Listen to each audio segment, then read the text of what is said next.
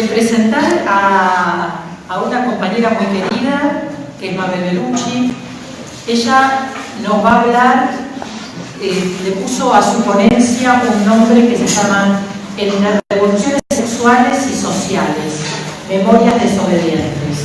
Les voy a leer un poquito el currículum autorreferido de Mabel, que se define como activista feminista queer, ensayista e investigadora de feminismos y disidencias sexuales, autora de los libros Orgullo, Carlos Harvey, una biografía política de MC, Historia de una desobediencia, aborto y feminismo de Capital Intelectual, desde la Cuba revolucionaria, feminismo y marxismo en la obra de Isabel García y John Dumoulin, que de eso nos va a hablar hoy, integrante del grupo de estudios sobre masculinidad, sobre sexualidades del GES, el Instituto de Investigación Shinigami de la Facultad de Ciencias Sociales de la UBA. Mabel nos va a contar un poco la historia de los aportes de Isabel García y John Dumoulin, que para nosotras y nosotros es muy importante y queremos que las nuevas generaciones también les conozcan. Con ustedes, Mabel Bellucci.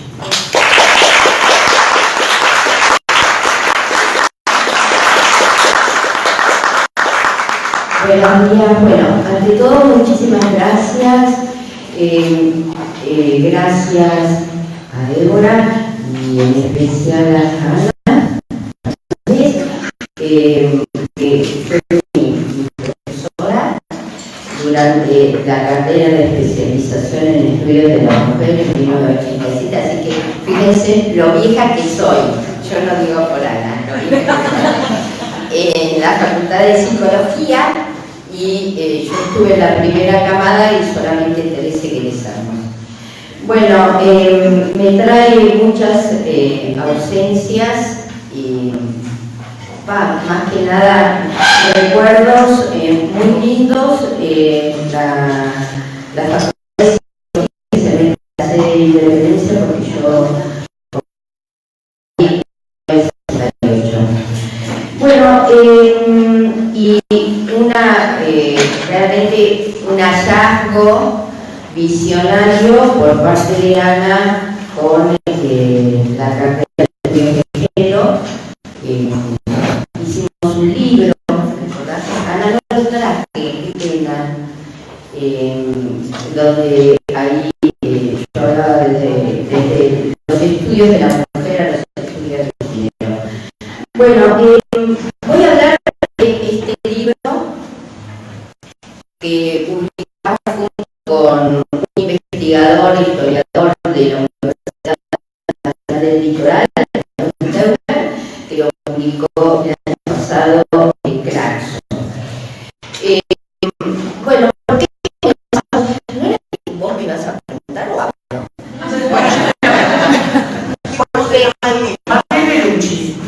¿Por qué considerás?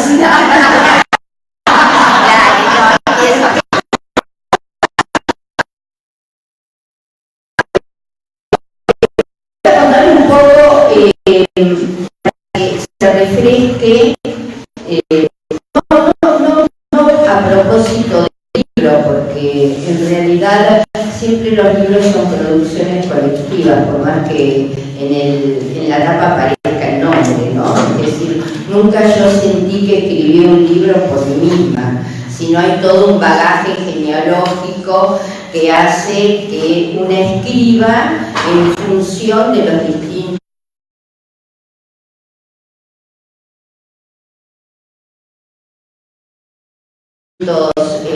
coyunturas políticas e históricas, y siempre lo hace colectivamente, aunque no se crea, por más que esté uno frente sola a la computadora. En realidad comenzamos con Isabel García, porque Isabel García fue en los años 50, fines de los 50, comienza, no sé si quieren que cuente primero su historia de vida, que es sumamente interesante. Ella nace en Rosario, de una familia de la terrateniente, y de muy joven, nace en 1930 o un poco antes, desde muy joven tuvo una independencia muy importante, como suele suceder con las mujeres de esa generación, y especialmente de sectores medios altos. Entonces ella se va a vivir sola y ahí decide ir a estudiar a Francia, como acontecía con todos los sectores de la alta burguesía que necesitaban pasar por Francia para reforzar sus especializaciones. Es así que ella comienza a estudiar cine y la rechazan permanentemente porque es mujer. En ese momento, estando en la casa argentina, esa casa tan clásica de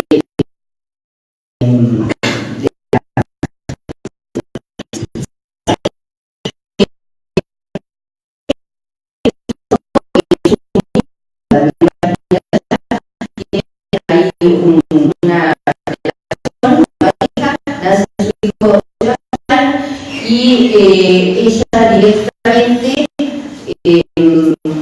se contacta con todo el mundo. Estoy hablando de los años 50, es un momento muy interesante, especialmente en París, por todo lo que significaba el proceso de descolonización, especialmente todo el proceso argelino, y se contacta con muchos intelectuales latinoamericanos que también están viviendo allí, y también con documentalistas.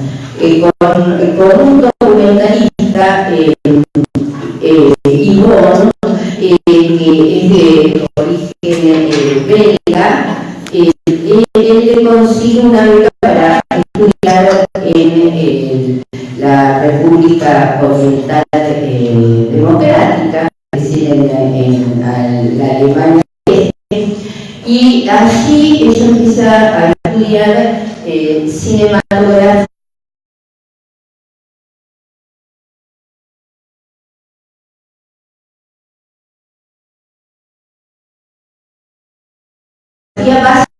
Documentalista en guerra.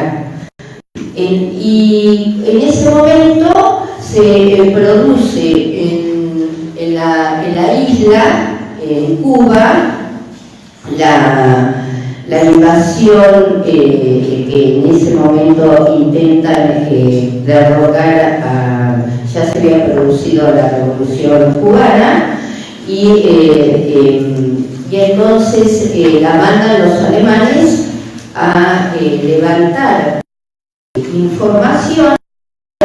Ya habían derrotado a los cubanos de Miami y a los Estados Unidos en la invasión de Colinos, y allí entonces ella decide quedarse en Cuba, recién iniciada la revolución, y conoce al tiempo a John Burnett, que John era un personaje tan curioso como Isabel. Si esta biografía la tomase en Estados Unidos, hace un peliculón increíble. John viene también de la alta burguesía de New York, es egresado en Harvard en literatura, después se especializa en historia, en antropología cultural, y él va previamente, antes de la Revolución Cubana, por el contacto que tenían entre las universidades y Cuba, las universidades estadounidenses, especialmente Harvard, y se va a estudiar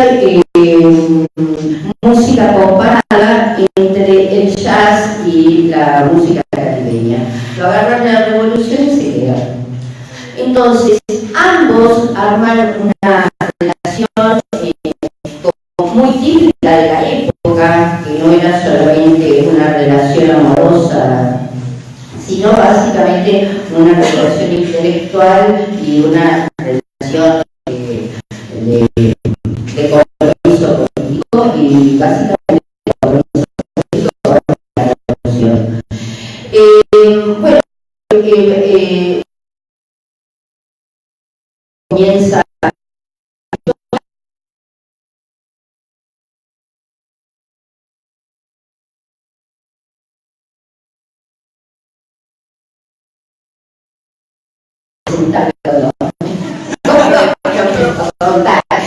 bueno, la cuestión es que ella es la que introduce de alguna manera una visión feminista. En ese momento surge el movimiento de mujeres cubanas, la Federación de Mujeres Cubanas, a cargo de Martín, y realmente tiene mucho énfasis.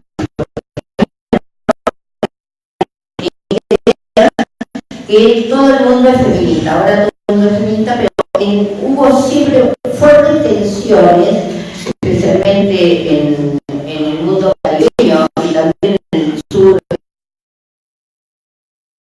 en relación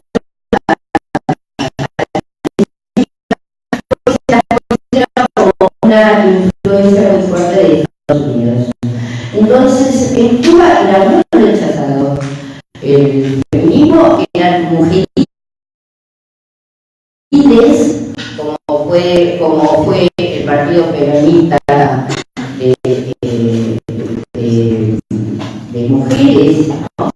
la rama femenina, y también tenían el partido peronista, y donde había una tensión muy grande, y esto también después va a proseguir en Argentina, la tensión entre el movimiento de mujeres y el movimiento feminista.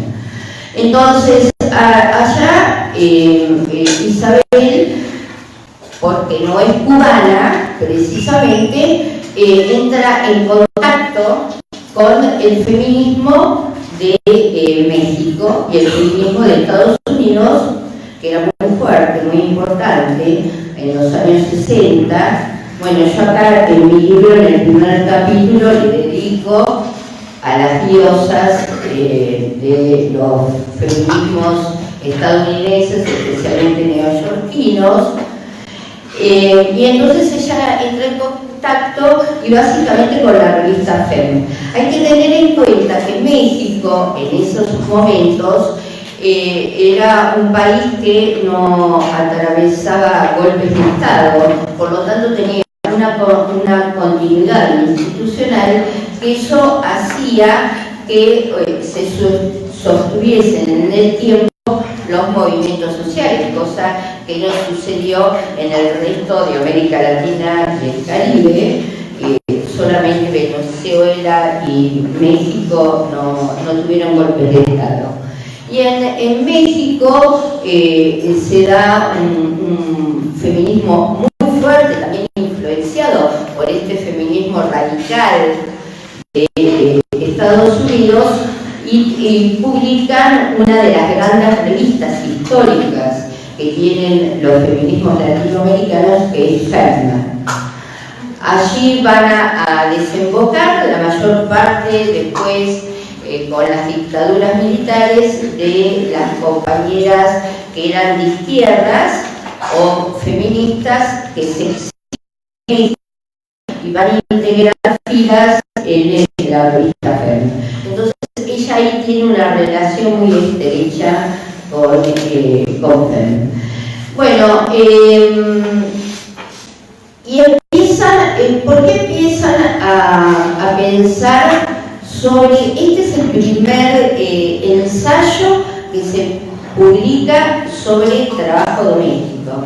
Silvia Federici no lo reconoce, Cristina tampoco. ¿Y por qué lo comienzan a hacer? Empiezan en 1968, entre los dos, a hacer entrevistas a amas de casa, porque ellos se empiezan a preguntar qué cosas de los conflictos de las mujeres que tiene en el capitalismo no pueden reproducirse en una revolución que ellos consideraban, muchos consideraban socialista. Esto es todo un debate dentro de la historiografía, si es una revolución socialista o no, no viene al caso. Nosotros tampoco lo tocamos, hablamos de la revolución cubana y con eso cerramos el ciclo. Pero entonces se ponen a preguntar por una cuestión muy concreta, porque empiezan masivamente a ingresar las mujeres al mercado del trabajo y también a solidarizarse con trabajos comunitarios. Entonces, ¿quién cuida a la prole? ¿Quién se ocupa de las tareas hogareñas? Y esto es una gran pregunta que se hace y se plantea que, bueno, vamos a ver qué hay en el estado de situación en la Cuba que recién comienza o inicia su revolución. Entonces ahí empieza con unas preguntas y a partir de allí, básicamente en un encuentro entre el marxismo más ortodoxo, que era el marxismo del momento, ¿no? El marxismo leninista, y el feminismo, empiezan a pensar este ensayo que lo terminan imprimiendo en 1968 y va de mano en mano. Se empieza a hacer circular, por ejemplo, Juan Carlos Volnovich, que ustedes conocerán, a él le llegó en Buenos Aires de manos de Mimi Langer y estaba en inglés.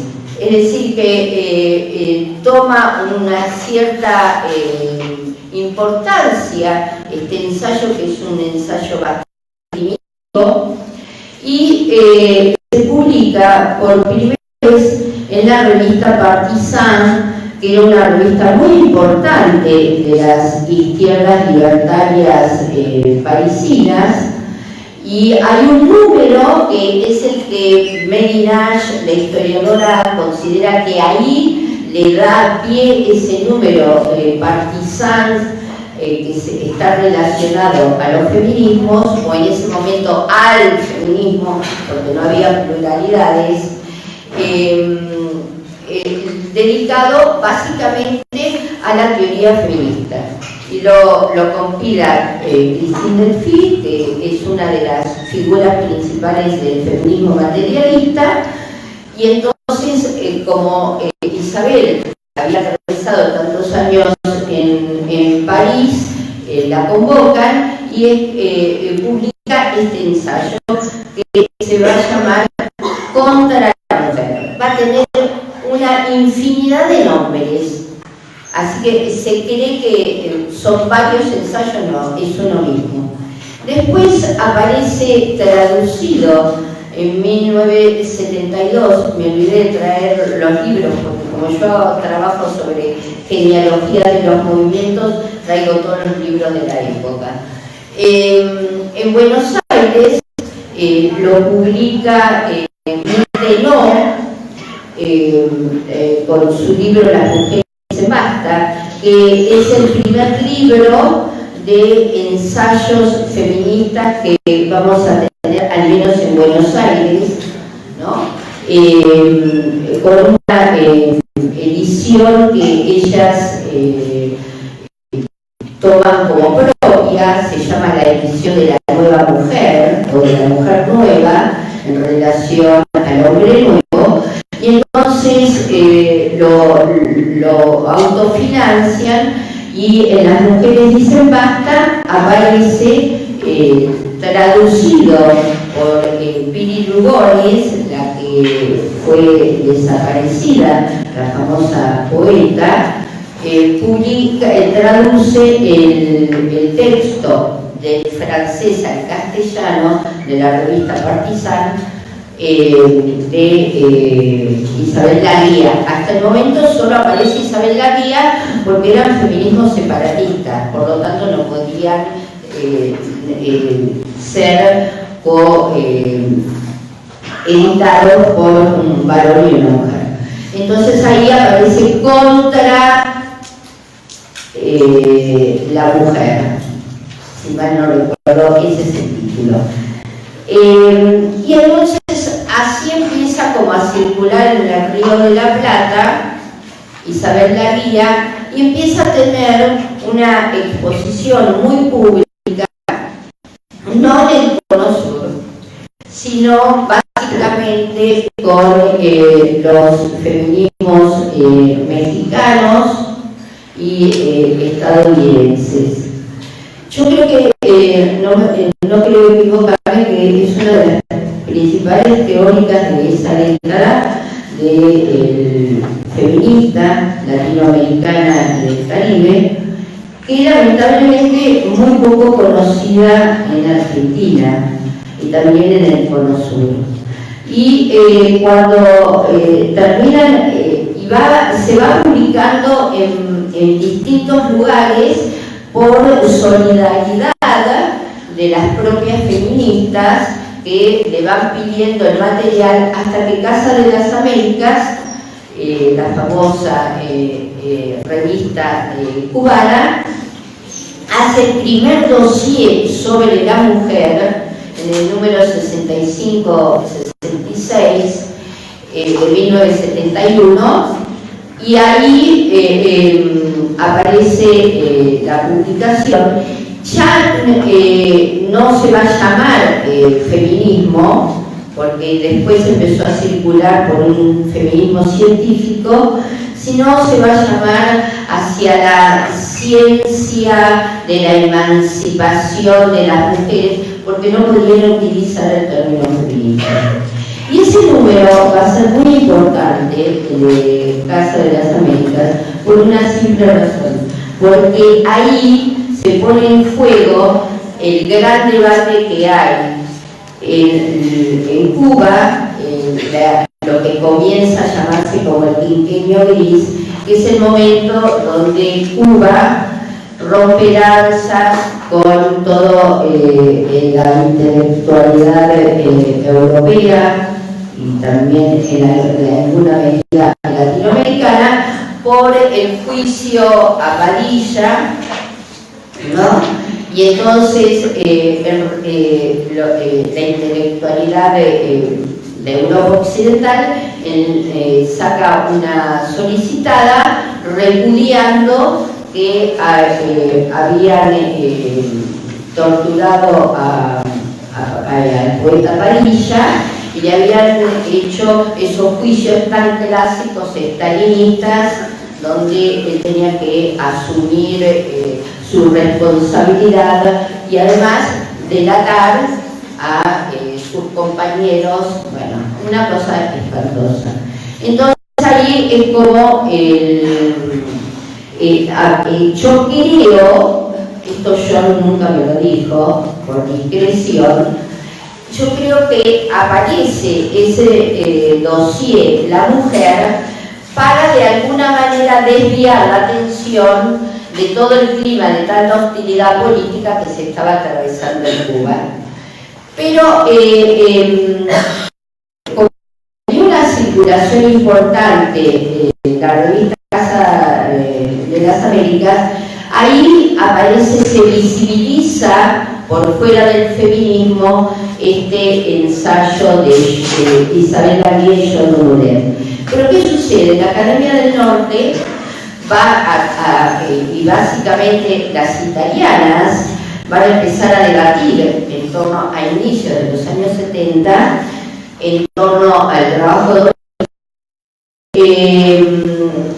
Y hay grandes discusiones, trato de resumirlas porque si no me va a faltar tiempo, sobre si el trabajo doméstico era un trabajo que tenía que ser remunerado, considerado trabajo como cualquier trabajo formal o no. Esto fue un debate muy fuerte que se dio en los feminismos europeos, y básicamente el feminismo materialista Delphi considera que como hay lucha de clases, también hay lucha de sexos. Entonces, para esta corriente, las mujeres, que ahora vendrían a ser las mujeres cis, las mujeres heterosexuales, componían una clase en sí misma. Entonces, como había lucha de clases, también había luchas entre los sexos. De ahí que sale la noción de sexismo, proviene de este debate.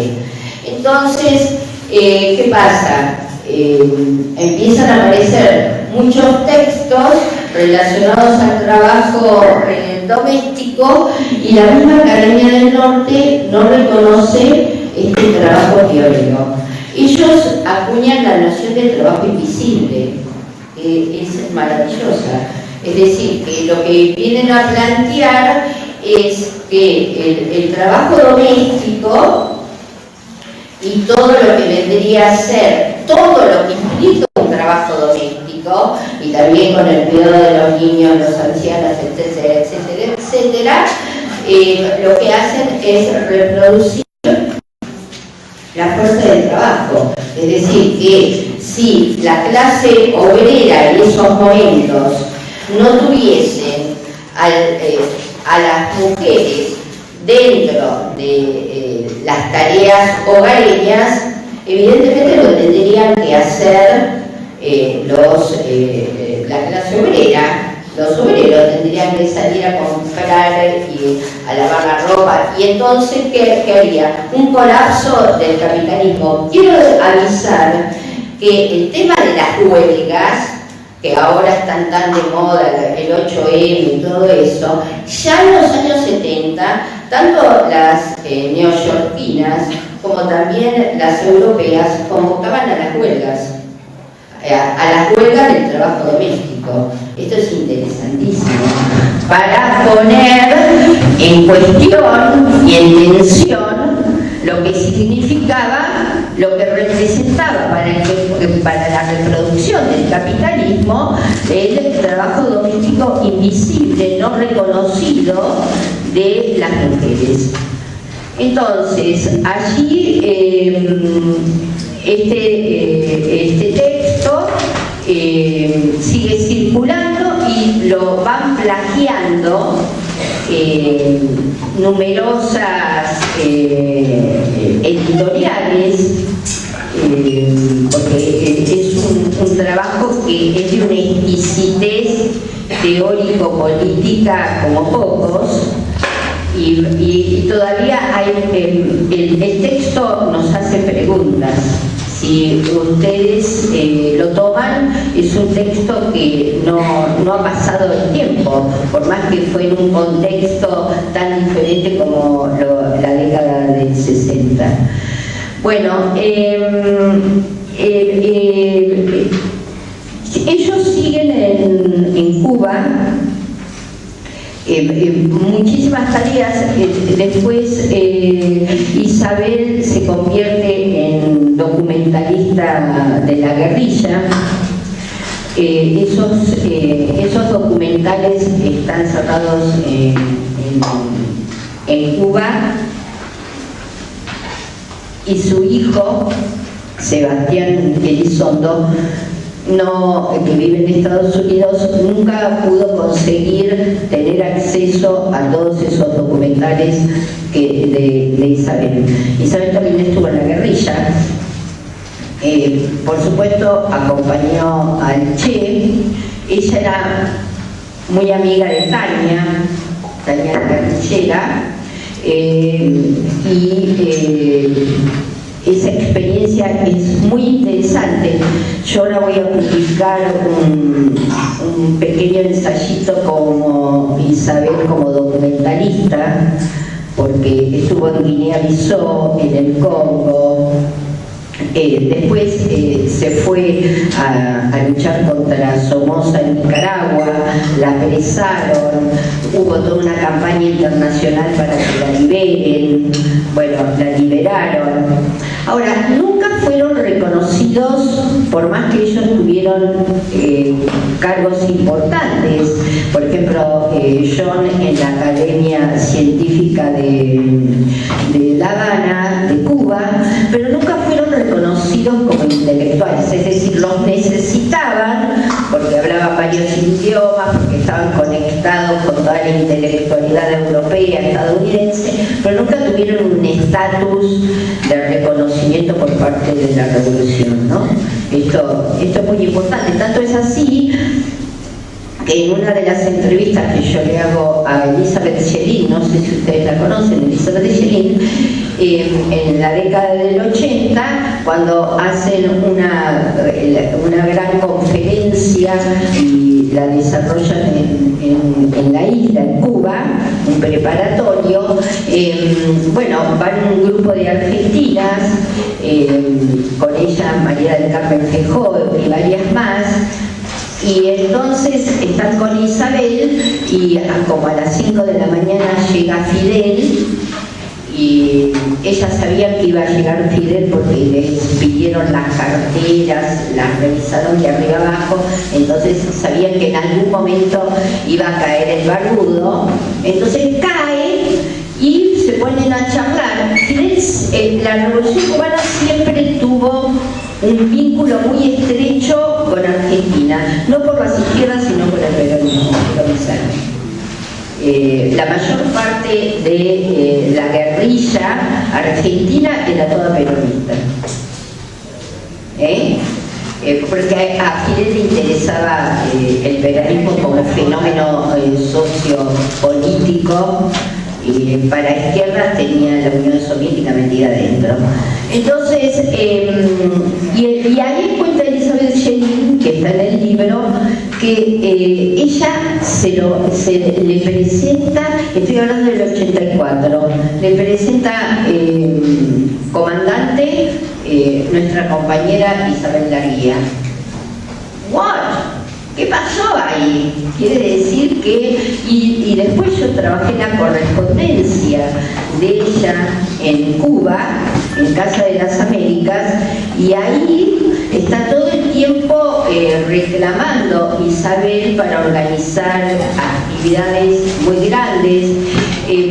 Ella se movía con mucha facilidad junto con John, porque si no hubiese sido imposible vivir aislado, primero que es una isla y vivir aislada, pese a que siempre Cuba tuvo una relación muy estrecha con todas las izquierdas europeas y latinoamericanas, pero eran en condiciones bastante adversas vivir tantos años como vivieron ellos.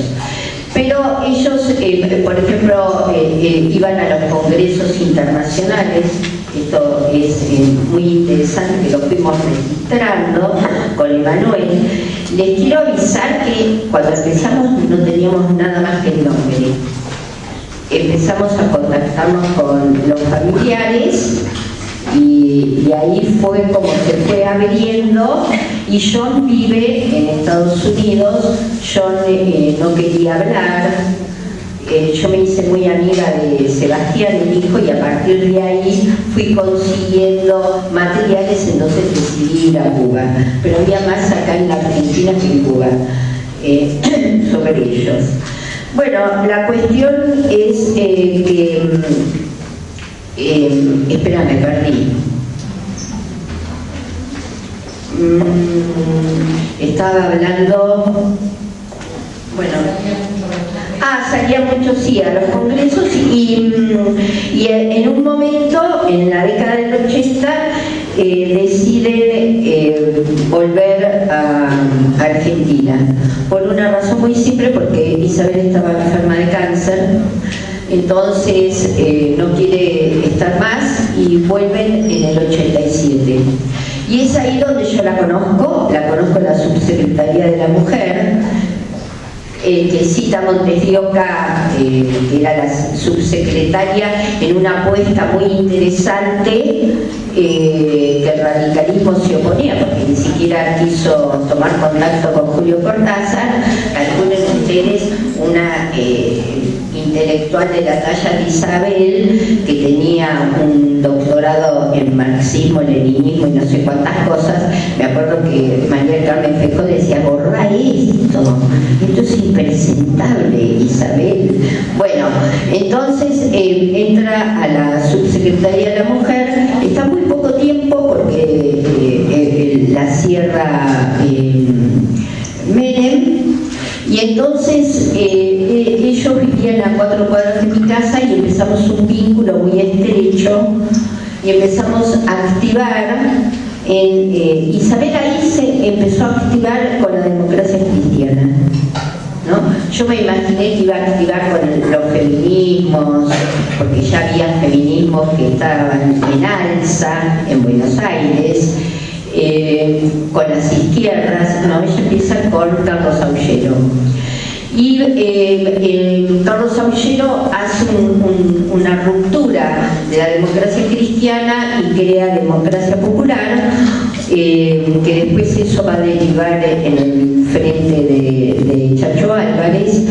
Y ahí ella arma un área que es muy interesante, que se llama feminismo político, y va a ser un área de debate entre varones y mujeres en torno al aborto, a la despenalización del aborto.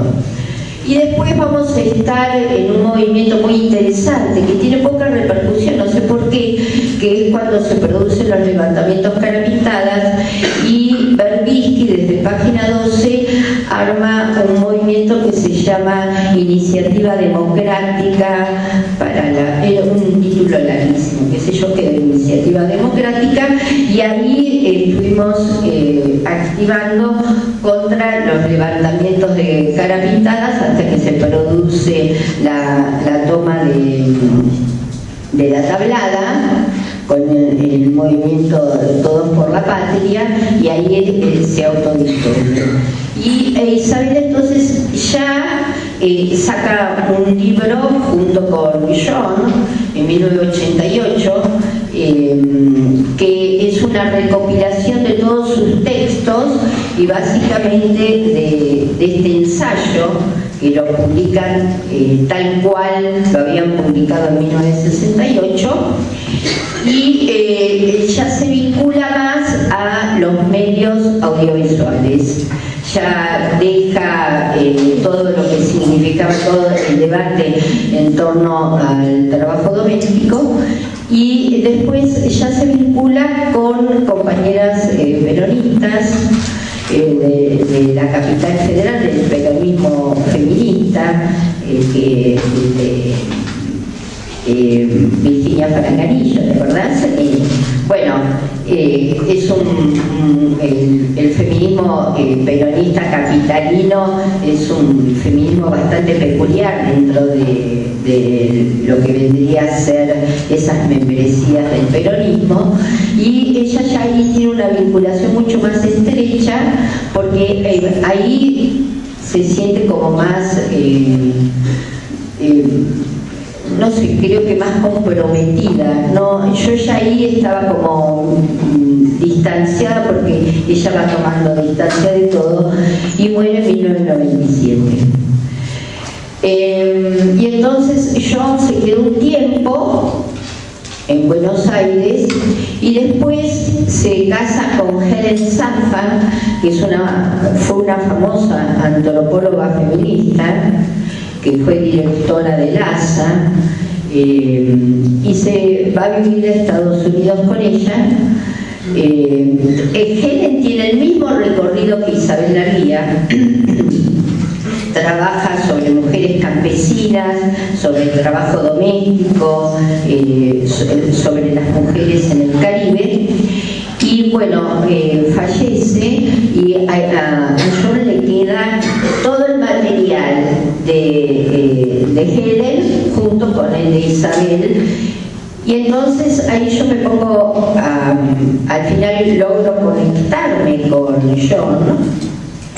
John no quería, tomó distancia de todo, no quería absolutamente nada, y entonces yo no podía publicar un libro estando el protagonista vivo y que no lo ese,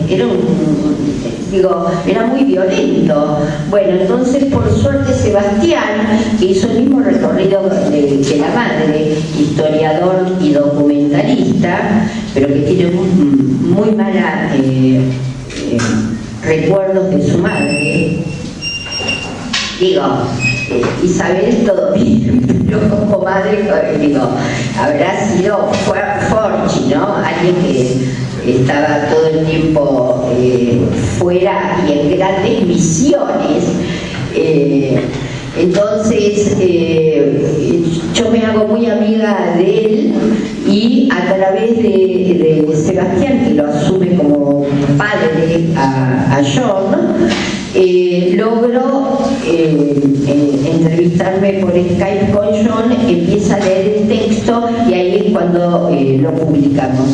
Y lo presentamos con parte de las protagonistas y protagonistas de Buenos Aires, con Elizabeth Schelin, con Juan Carlos Volnovich, viene John, con Gina Vargas, porque la feminista de Flora Tristán, una feminista histórica de las izquierdas.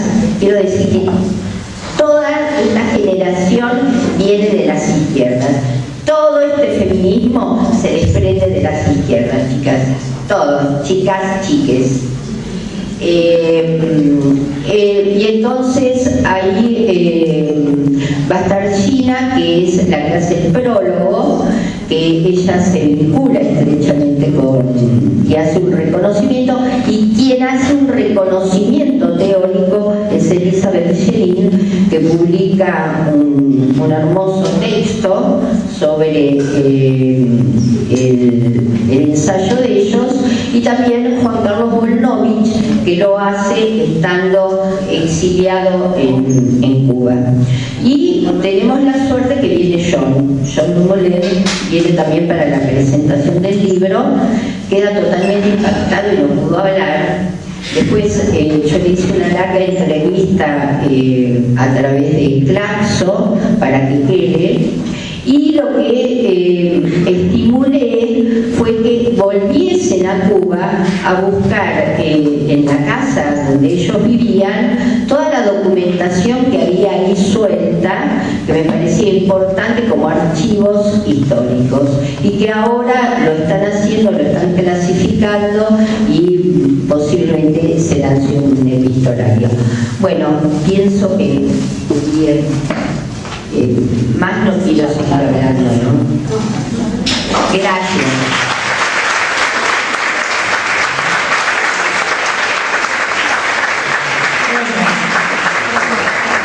Hermoso escucharla, ¿no? A Mabel, y ir recordando y algunas cuestiones recibiendo, ¿no? Por primera vez parte de la historia, de la genealogía de las insurrecciones, ¿no? Las de izquierdas, libertarias, tanto en Europa, en Estados Unidos, como en toda América Latina. Yo diría algunas cuestiones que me gustaría que hablas un poquito para los nuevos públicos, ¿no? Que cuentes un poquito más sobre el trabajo invisible, algunas de las cuestiones que ellos han acotado. También quién es Elizabeth Schelin, quién es Gina Vargas, ¿no? Quién es María del Carmen Feijó, qué es Laza. O sea, muchas cuestiones que a lo mejor las conocemos, quienes las hacemos así, pero me parece que si vos explicás un poquito más, se va a apreciar mucho más.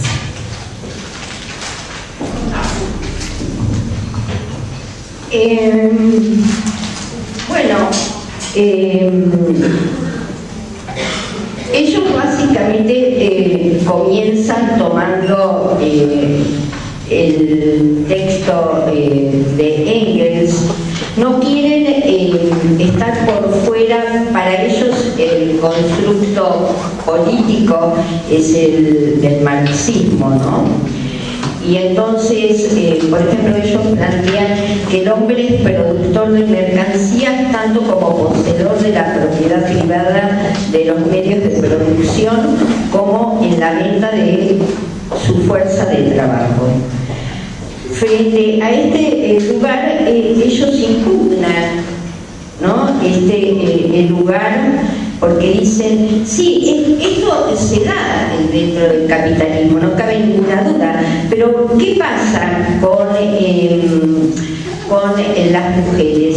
Y justamente encuentran la noción de trabajo invisible porque consideran que las mujeres están colocadas en condiciones de esclavas o siervas, ¿no? Y básicamente el conjunto de actividades que desarrollan tienen un precio en el mercado. Esto es alucinante. Es decir, si vos vas a mandar a lavar la ropa tiene un precio, si vas a comprar la comida tiene un precio. Sin embargo, todo este trabajo que se hace diariamente no tiene ningún precio, ningún valor dentro del mercado del trabajo. Entonces, es eso lo que a ellos les preocupa fundamentalmente, y que quieren resolverlo de alguna manera frente a las tensiones que se presentan entre el marxismo y el feminismo, ¿no?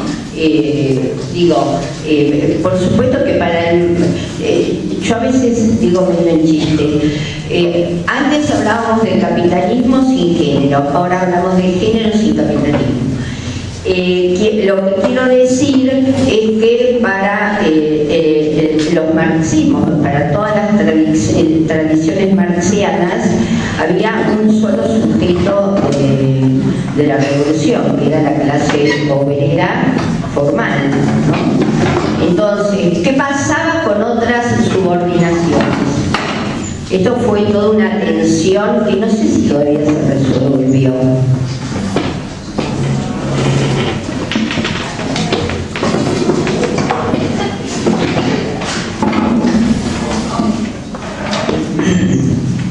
Entonces, claro, yo no tengo respuesta para esto. No quiero impugnar, claro, porque después caemos en el feminismo liberal, mal que nos pese, que es el que está afirmando con mucha fuerza en este momento, no solamente acá, sino en América Latina. Entonces,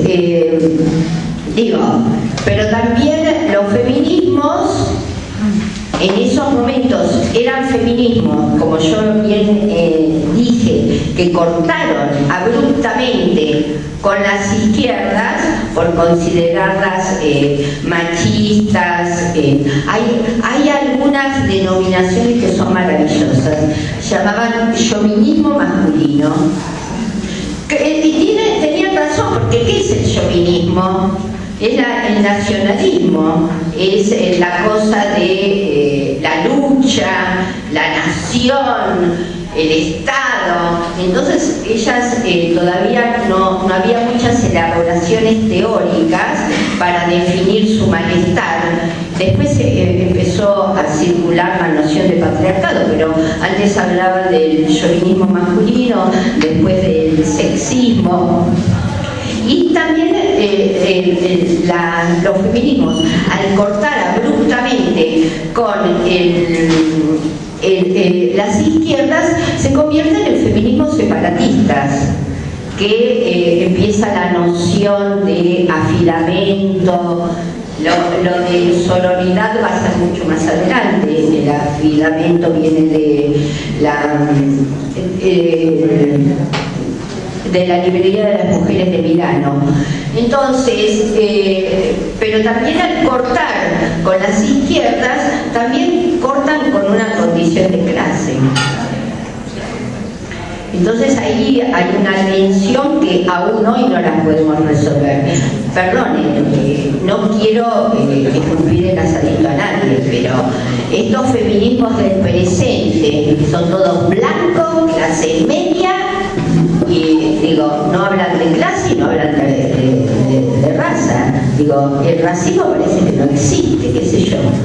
Entonces, esta es una tensión permanente. Cuestionamos a las izquierdas, pero no podemos cuestionar también a los feminismos. Ahora es imposible. Yo me callo la boca, pero no estoy de acuerdo con lo que está aconteciendo.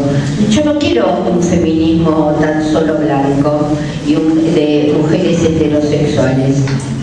Para mí es chiquita la mirada. Para mí tiene que ser, inclusive, no solamente explosionar el sujeto histórico de los feminismos, las mujeres heterosexuales, las mujeres cis, sino también explosionar la misma noción de feminismos. Esto es todo un debate que no viene al caso.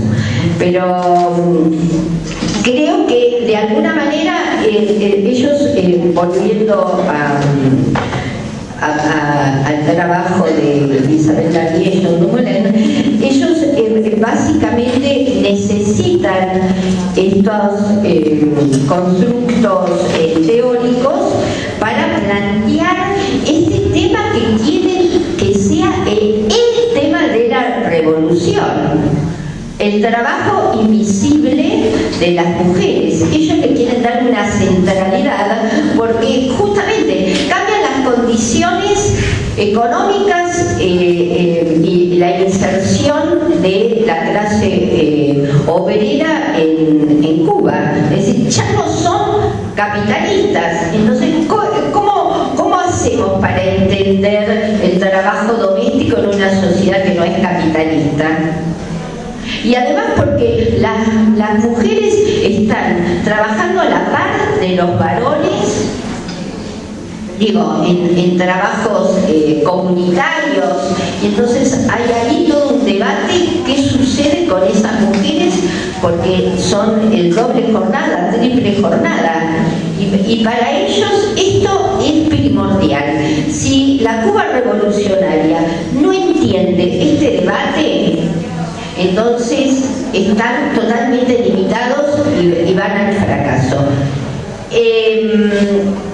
La Federación de Mujeres Cubanas, a cargo de Vilma Espín, logró avances que fueron maravillosos.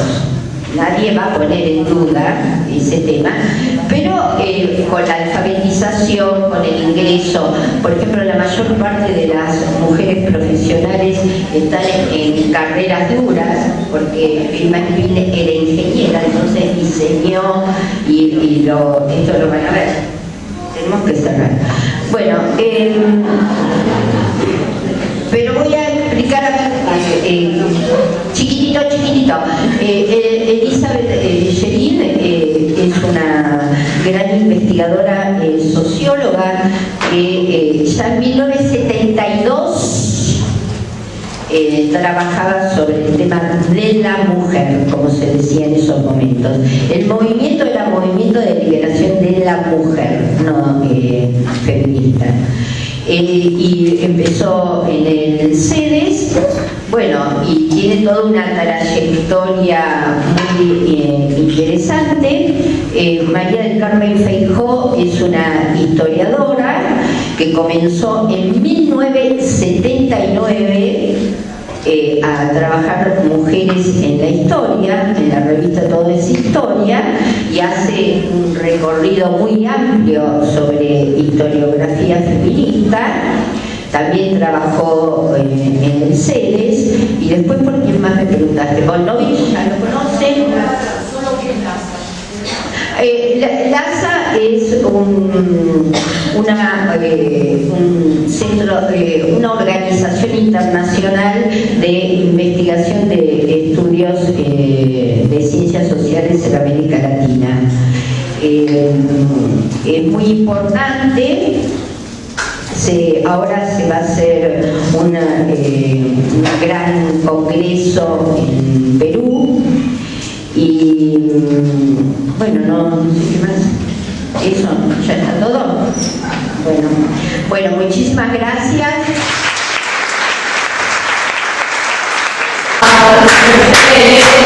Conquistar